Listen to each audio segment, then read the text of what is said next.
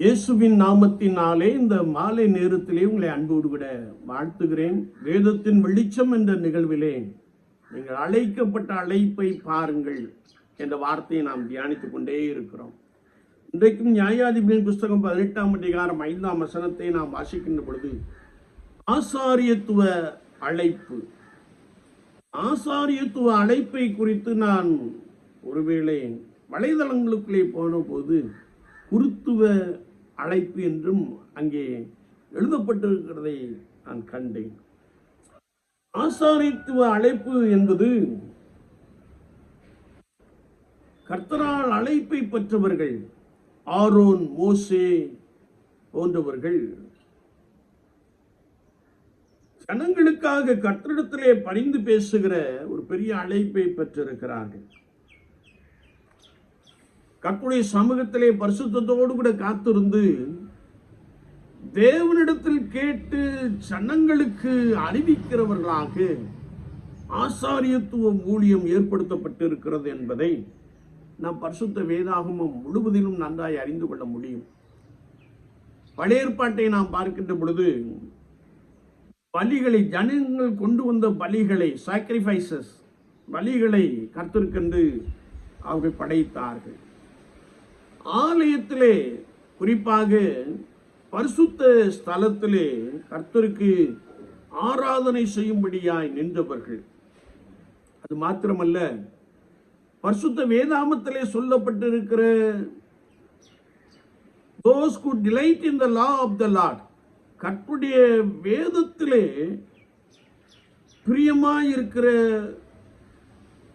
ஒரு teaching and instruction, ஜனங்களை கர்த்தருடைய வழியிலே கர்த்தருடைய வேதாகமத்தை கொண்டு நடத்த ஏற்படுத்தப்பட்டவர்கள் ஆசாரியர்கள்.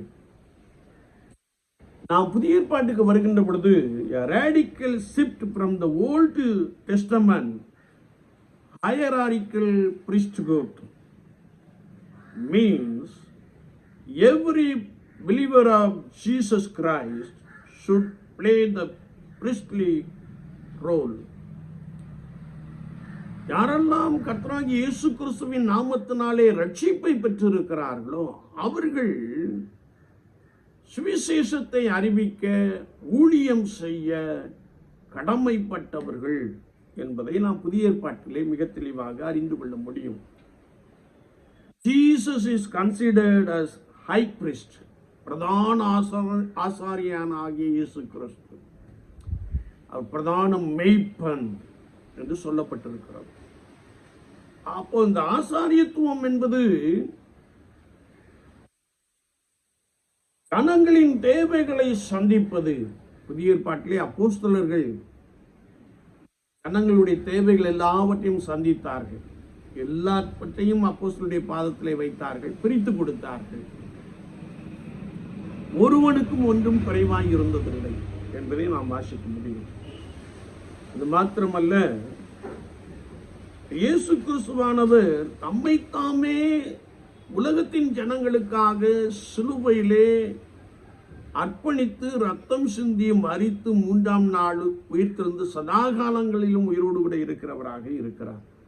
ஜனங்களின் பாவம் நீக்கப்படும்படியாய் தம்மையே ஜீவ பலியாக அர்ப்பணித்த ஆசாரியத்துவம் என்பதை நாம் அறிந்து கொள்ள முடியும்.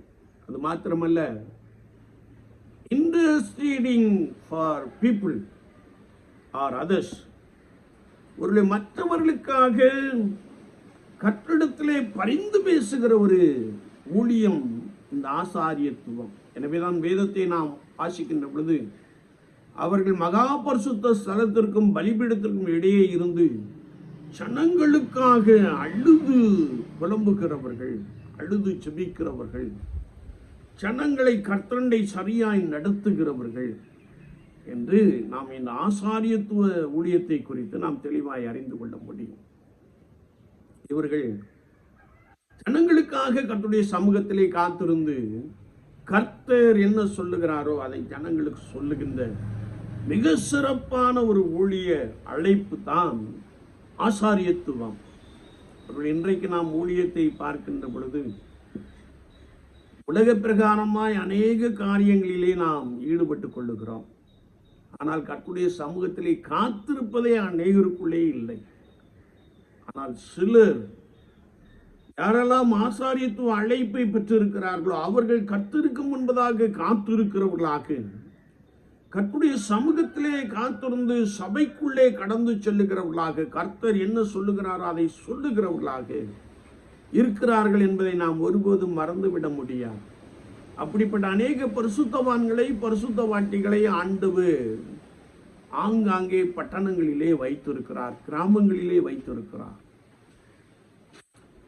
ஆனால் அநேகர் இந்த அழைப்பை மறந்து உலகத்திற்கு ஒத்த வேஷம் தரித்து உலகத்தோடு கூட ஒட்டி வாழுகின்ற ஒரு பெரிய அனுபவத்தை நாம் பார்க்க முடியும்.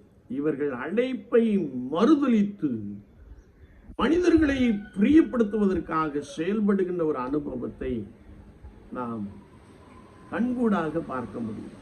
ஆனால் ஆசாரியத்துவ அழைப்பு என்பது நம்மையே கர்த்தருக்கு முன்பதாக அர்ப்பணித்து ஜனங்களுக்காக கர்த்தரிடத்திலே ஆரோனை போல பரிந்து பேசுகிற அந்த அனுபவம். எப்பொழுதெல்லாம் ஜனங்கள் மோசேயை நெருக்கினார்களோ அப்பொழுதெல்லாம் கர்த்தரை நோக்கி பார்க்கிற ஒரு பெரிய அனுபவம். அது மாத்திரமல்ல, பரிசுத்த ஓய்வு நாள் ஆராதனைக்காக கர்த்தருடைய சமூகத்திலே விழுந்து கிடந்து கர்த்தருடைய வார்த்தையை ஜனங்களுக்குள்ளே அறிவிக்கிற பெரிய அனுபவம் ஆசாரியத்துவ ஊழியம். என்னை கேட்டுக்கொண்டு இருக்கிற என் அன்பு சகோதரனே, சகோதரியே, ஆண்டவராகிய இயேசு கிறிஸ்து பிரதான ஆசாரியனாய் இருக்கிறார். அந்த பிரதான ஆசாரியனுக்கு கீழாக ஊழியம் செய்கிற நாம் அவரை போல ஒருவேளை ஜனங்களுக்குள்ளே, கர்த்தருடைய சபையிலே நாம் ஊழியம் செய்து கொண்டு இருக்கிறோமா? அழைக்கப்பட்ட அழைப்பிலே உறுதியாய் காணப்படுகிறோமா? ஏகப்பட்ட தடைகள் வரலாம், ஏகப்பட்ட நெருக்கங்கள் வரலாம், பாடுகள் வரலாம், பலவீனங்கள் வரலாம். ஆனாலும் ஆசாரியத்துவ அழைப்பிலே நான் உறுதியாய் காணப்படுகிற ஒரு நபராய் இருக்கிறோமா? சற்று நம்மை நாமே நிதானித்து ஆராய்ந்து பார்ப்போம். நாம் வழி விலகி இருக்கிறோம். நம்மில் அநேகர் மனம் திரும்புவோம், கர்த்தரை நோக்கி பார்ப்போம். சபைக்காக, கர்த்தருடைய ஜனங்களுக்காக, கர்த்தருடைய சமூகத்திலே காத்திருப்போம். கர்த்தர் உங்களோடு கூட உங்களை பலமாய் நடத்துவார். கர்த்தருடைய ஆவியானவர் உங்களை கொண்டு பேசுவார். ஜனங்களுக்குள்ளே ஒரு விடுதலை, ஜனங்களுக்குள்ளே ஒரு பெரிய ரட்சிப்பு, ஜனங்களுக்குள்ளே ஒரு பெரிய அற்புதம் நடைபெறும்படியான அனுபவங்களை கொடுப்பார். ஆவியானவரே அதை செய்வார். நம்மை கர்த்தருக்கென்று நாம் அர்ப்பணித்துக் கொள்வோம். ஆமென், ஆமென்.